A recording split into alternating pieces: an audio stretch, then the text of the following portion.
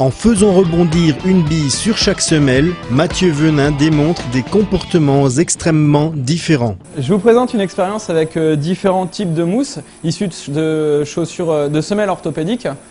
Ces mousses vont illustrer les différentes propriétés des élastomères. On a des mousses rigides, on a des mousses souples, on a différentes épaisseurs, on a différents différentes densités alvéolaires. Donc les alvéoles, c'est de l'air qu'on a injecté dans le matériau pour créer des petites bulles et c'est ce qui donne cet effet de mousse. Et donc, suivant tous ces paramètres, on va avoir des comportements mécaniques bien différents. Soit ça va amortir, soit ça va être élastique.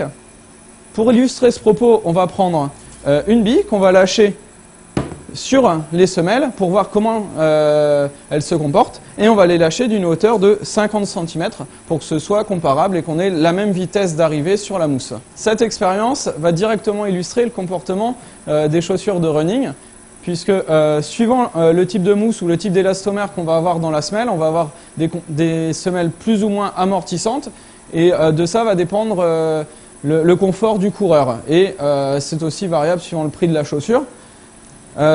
Lorsque l'on court, on transmet une énergie à la semelle qui se transforme en chaleur, c'est l'effet amortissant.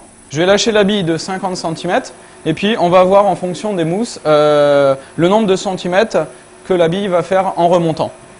Donc première éprouvette. La bille elle est amortie, elle a remonté de quoi 2 cm maximum. On va voir avec le deuxième échantillon, le bleu.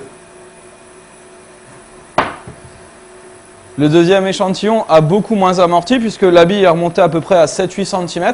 On a multiplié presque par 4 le rebond. Échantillon suivant.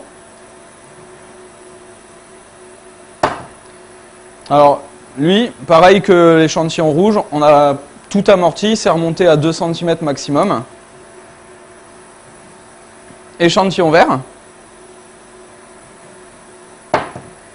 Alors l'échantillon vert, c'est un peu entre l'échantillon bleu et l'échantillon rouge. On est remonté à peu près à 5 cm.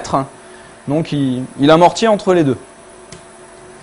L'échantillon noir, le plus rigide. Troisième.